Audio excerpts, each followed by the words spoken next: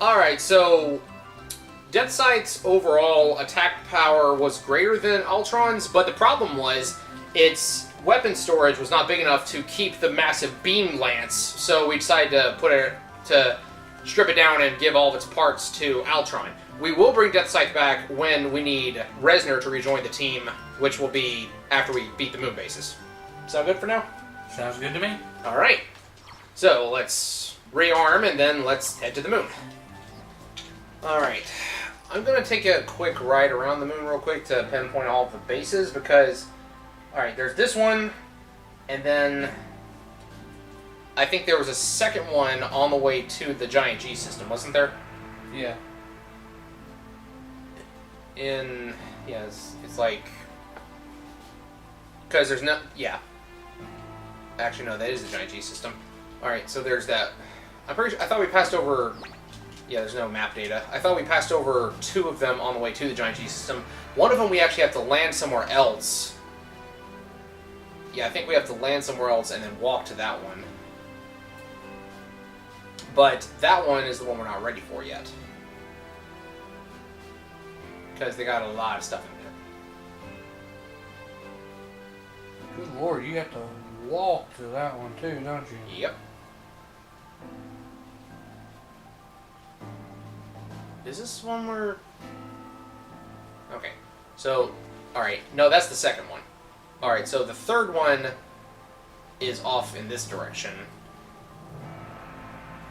Like, we have to land all the way over here. Yeah, there it is. That's the closest, but that's also the hardest. So I don't recommend that. I don't recommend starting with that one. If I recall correctly, there are only 3. So let's start with the one that's closest to the... in each of them? A bunch of bosses, a bunch of rare items, new weapons, a bunch of cannon fodder, and a whole lot of EXP to be gained. There we go. Is Invisible still equipped? Does it wear off when you sleep? I have no idea. Either way, it doesn't matter. Because, you know, moon.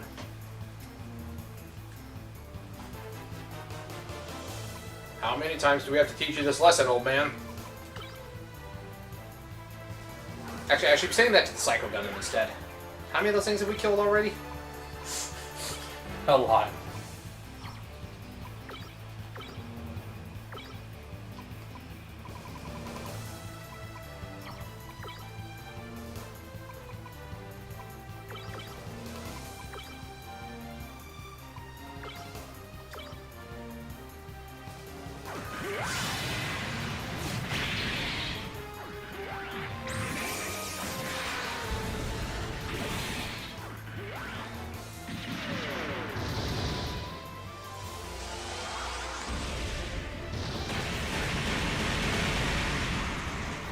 Nice.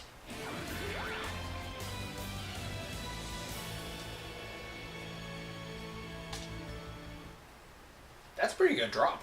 Yeah.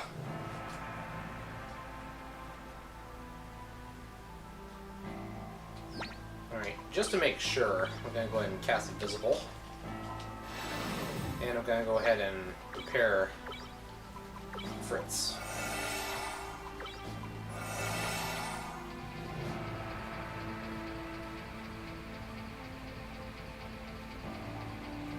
I always had the headcanon that these moon bases were actually from the real Gundam timeline. Because there were a couple of different moon bases in the Universal Century, like Zeon's Granada base. Look at this place. It's a base from before the Great Fall. I wonder if there's anything worth salvaging in there. We might find some weapons or something. Let's check inside.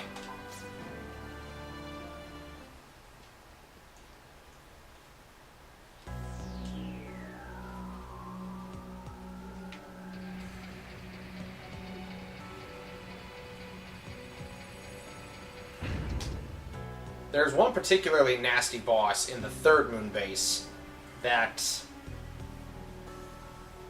like, quite honestly, it's unfair.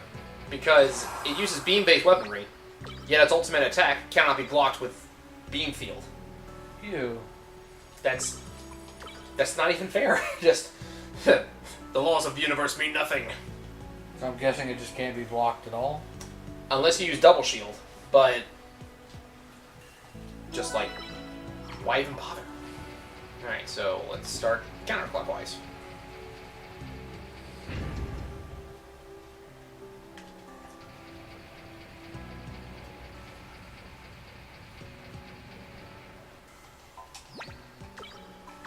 Invisible does not last nearly long enough. Nope. I'm spoiled to Nocturne, though. What do you mean by that?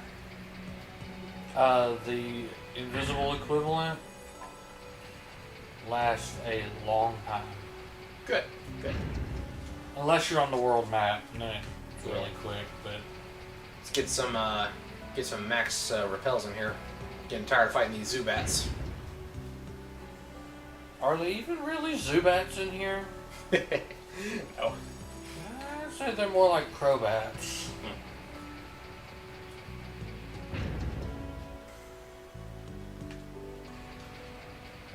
Can you imagine how sad it'd be to encounter a wild Crobat, though?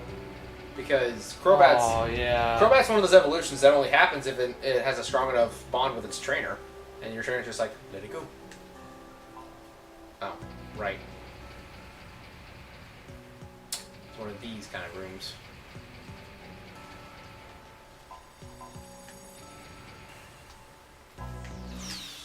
Alright, what we got?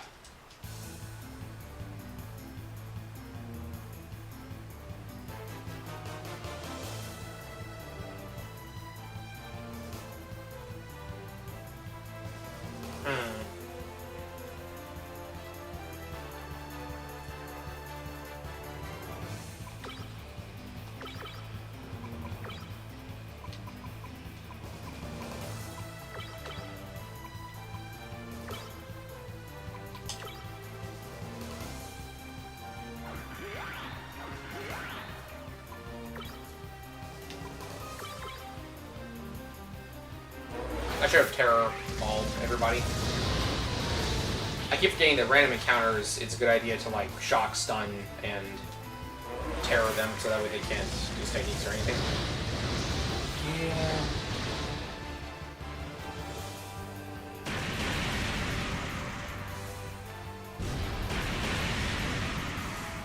Carpet bomb! I'm legit tempted to get like one of those old staples, that was easy, buttons, you know, they actually used to make those that, they used to sell those. Didn't Staples go out of business, or, no, that's Circuit City, right? I don't know.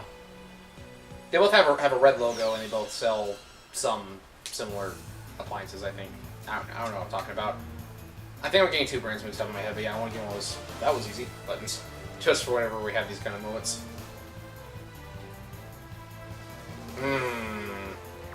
Yeah, second verse, same as the first. I think I'm gonna get Bazoolian here and have him throw grenades instead. More consistent damage across the board. Yeah.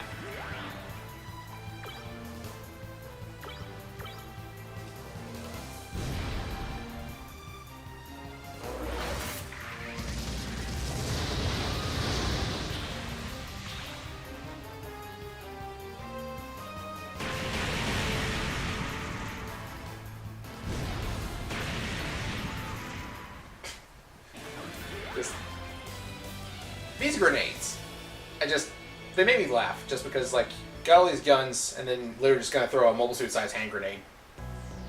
It works though, because remember we killed the big Zankai, that was the last thing we threw at it. Just, here, have a grenade.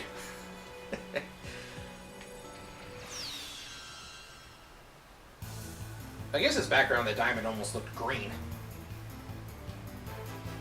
But green diamonds are a different thing. What were green diamonds? Friendly encounters.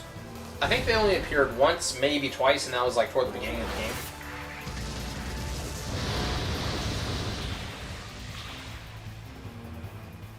That one in particular, yeah, him.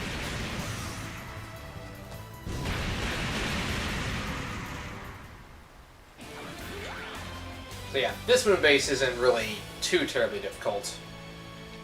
Yeah, I could tell. I'm pretty sure the second one is about average difficulty. Like, this one was meant for you to take it on before you go to the final dungeon. So that way you are going in well prepared. We just kind of skipped and went straight to him, though. But this one was meant to be taken out at a lower level. The next one, if I remember correctly, it's a little bit more difficult, but not that much. But then you get to Moonbase Gamma. Like, this one is Alpha, the second one's Beta, the third one is Gamma. Yeah, that is, that's where it's at. That's a very tough time. You walk into a room and you just get jumped by 5 squads of nothing but 5 kamikaze ravens apiece. I quit. Yeah. I'm out. I don't think we're doing that dungeon. No, not today. Yes.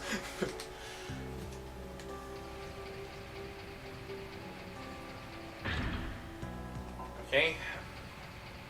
And like with, or well, I also think that this dungeon also doesn't offer any great rewards, except for maybe like one really good weapon. But it gives you a lot of small rewards, and then it's the ones later that give you some of the really good guns and armors and stuff.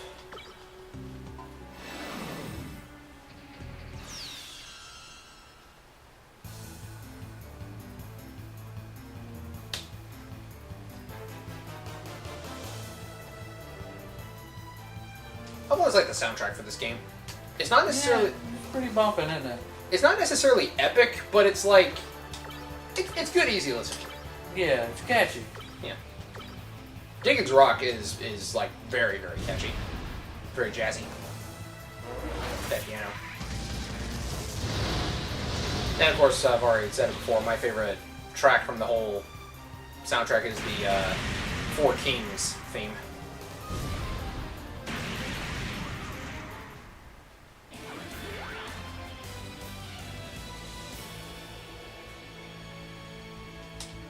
So I know we discussed the idea before about trying to do like a level 1 run of this game. Is it possible? I don't think it would be. Just because of how the game is designed? Mm-hmm. Yeah, I gotta agree. I just don't think it's possible. Alright, so yeah, we got one of the lock controls, and then there's one on this side over here, I suppose. Yeah, just doing like a supposed level 1 run where you have nothing but your starting equipment, it's physically impossible to get past some of these bosses. Okay, not impossible, but extremely improbable. Like, I suppose if they did nothing but miss you the entire time, then that way you could survive, potentially, but who has the patience for that? Not I. Kind of reminds me, I have seen 1, maybe 2 people run through an entire Pokemon game without getting hit. Yeah. Again, not impossible, but don't do this challenge unless you hate yourself. So that actually that's given me an idea for a challenge video or two that I've discussed with you already. What if we were to do like a Mega Man Battle Network series level 1 run and like Buster only with like no battle chips or anything? That'd be cool. Honestly, the only real hang-up that I see is when you need a specific battle chip to get past a specific part of the game as part of a trade sequence. That's a long hallway.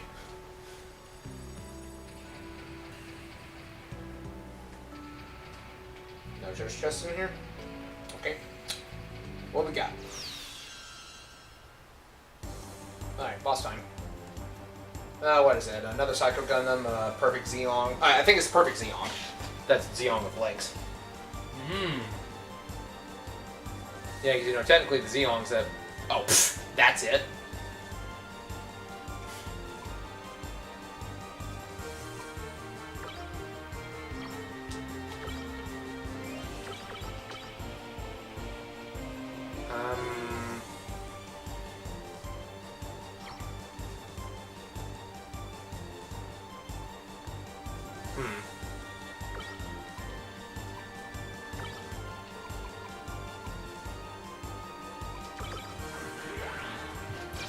The only hang-up I see with that is that potentially getting stuck at a place where you need to get a certain battle chip to...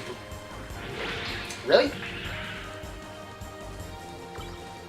you would need a certain battle chip to progress, but you have to beat the virus in a specific busting level, and you wouldn't be able to do it fast enough without using battle chips. So that's the only kind of hang-up I see with any of those kind of runs.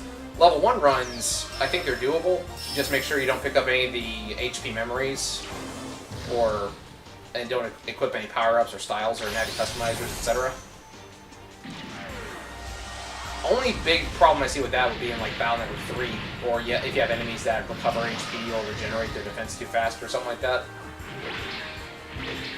Like Alpha. That Buster only would be very, very difficult. Could you do Alpha Buster only at all? At level 1, probably not.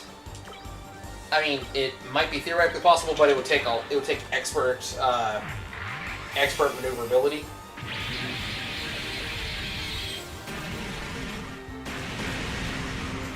That looked nasty on those two on the end. They both got crit.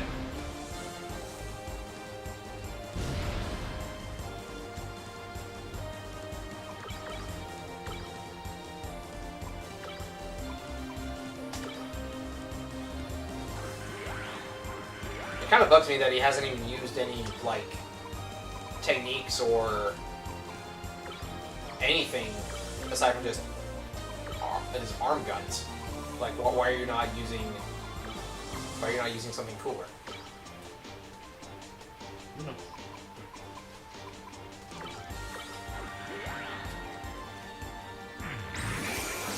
Like, am I supposed to be scared of this boss? I don't think so.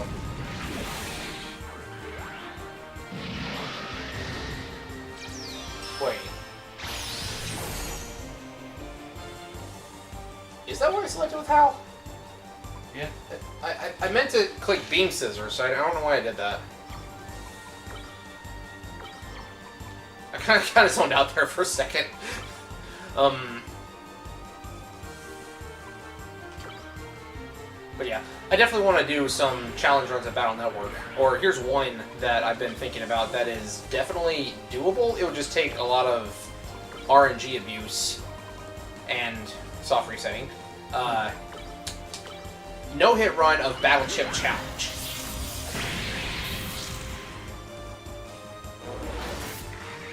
This thing has a lot of HP. I'm not scared of it because he hasn't really done anything to attack yet, but he's just... Okay. He's just, like, absorbing everything we're throwing at him. It's like, is that a mobile suit or is that a Wobbuffet? Funnel container and a Dryson arm. Which I don't really think either of those are useful to us at the moment.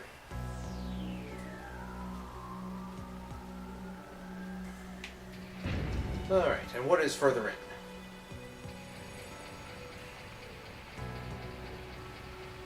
Another deceptively long hallway.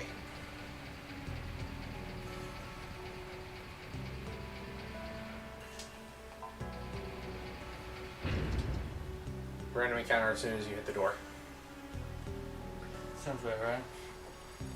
Hasn't that happened to us before? Several times. Like you're literally one step away. Alright. Treasure room. Recap S. Restorative drink. Armor upgrade. That's good. VSBR. What was that? Attack upgrade kit times 2. High power kit. VSBR. Variable speed beam rifle. This is from Gundam F91. Variable speed beam rifle. Like at this point in Universal Century, they had beam shields. Variable speed beam rifle punches through beam shields. Ew. So let's take a look at this beauty here. I think it's better than the Hyper Mega Launcher. There we go. Yep. Goodbye Hyper Mega Launcher. Hello VSBR. No. Why? Okay. Alright, never mind then. Hyper Mega Launcher goes back, and let's put it on someone else.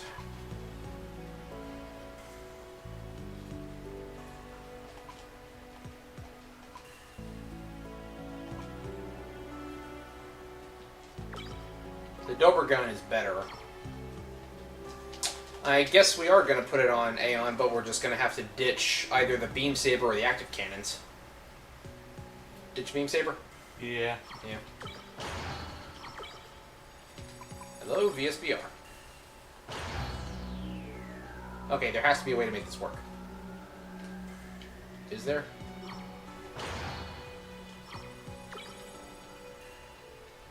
No, I don't think there is. Dang. Alright, well, what's the next? Alright, so in that case, let's take these and put them on Aeon instead.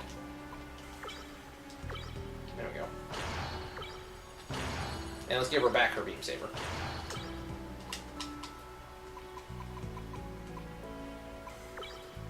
We can almost make that fit. Alright. They can't use the no one else can use the hypermech launcher with the setups we have.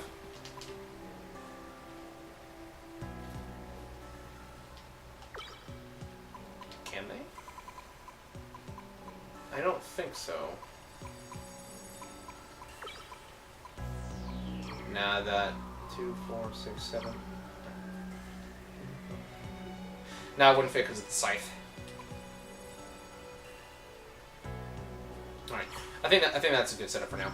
So let's backtrack and let's sweep the other half of the dungeon and then move on to the next one. Sounds good. Alright, back in the main hallway, so let's just continue circling around, and we've already been in there. Let's go ahead and finish this place out. So I actually did a little test run on like the first tournament of Battleship Challenge. For those of you who don't know, Battleship Challenge, you don't move at all. It is kind of more traditional RPG than the Battle Network series is, in the regard of you don't get to move, you just throw attacks at the enemies and see who dies first.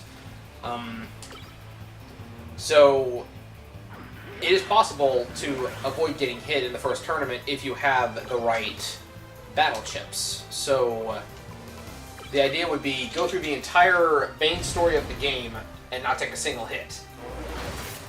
Like, I actually have the official strategy guide somewhere. A friend gave it to me a long time ago. I don't know where it is now. I need to go dig it out. But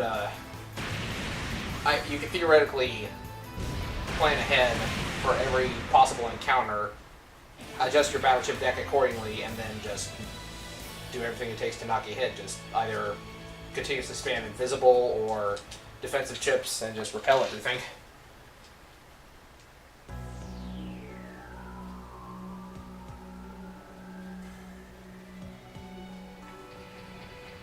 So, one thing that I don't know if it'll show up on this particular video capture, but one thing that we got recently was a new HDMI converter for the PS2 that works on PS1 games as well. So I don't know how the image quality is going to look in this one compared to the previous one we did. Hopefully it looks just as good, if not better. But, yeah, they don't lock again. Whatever. There's more in here. But I'm excited to play some PS1 games on this thing.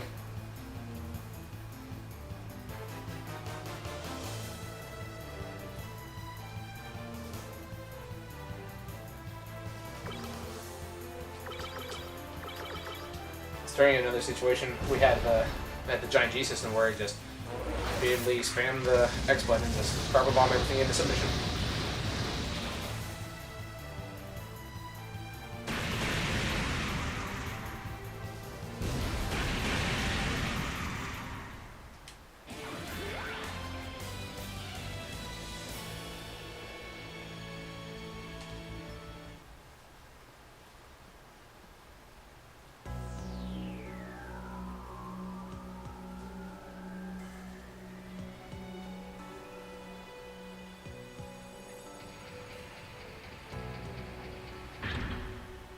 Option parts, power booster.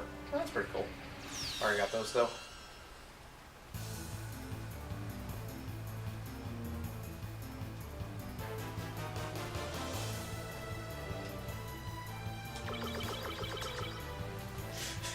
I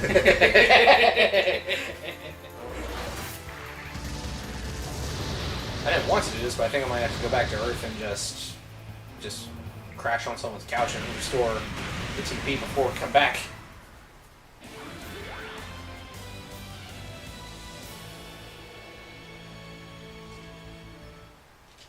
I could just start using shoot all like first turn, like we did a long time ago, just with the large double beam gun, but with double Gatling gun this time.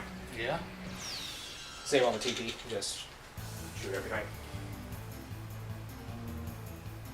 Alright, so, have I told you about the Digimon Battle Card Game PS1 game?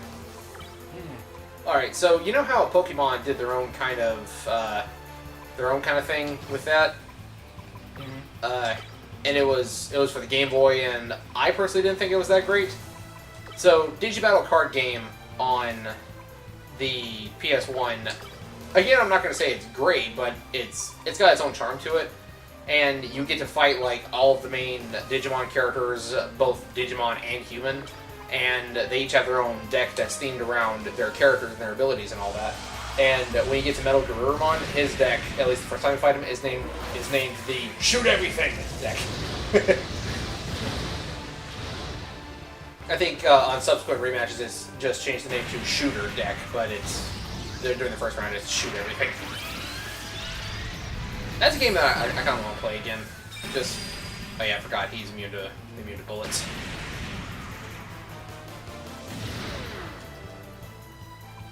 But you know what you're not immune to? Giant scythes from hell. Punch. Wow!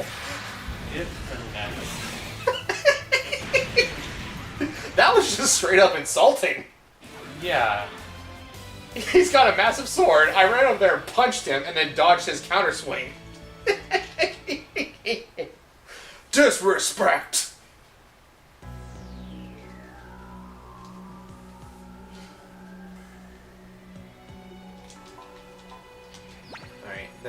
Alright, we got one more room to go through.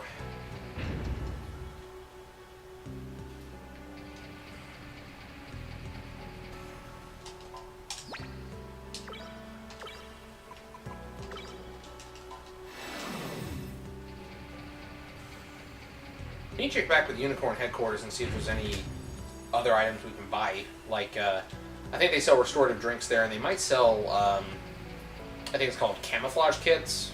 That's like the things, that's like the item that makes you invisible. That would save a whole lot on TV, too. Yeah.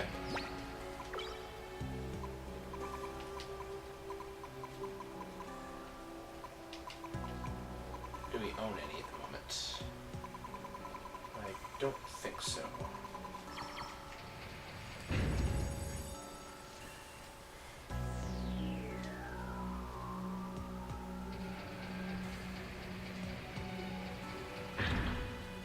Alright, repair unit SP. Alright, so let's go ahead and... Yeah, that is the last thing in this dungeon? Okay. Yeah, let's go ahead and escape, and then let's hightail it back to Earth, and then come back to the moon after that. So we're just gonna do a quick run around to recharge, and we'll be right back.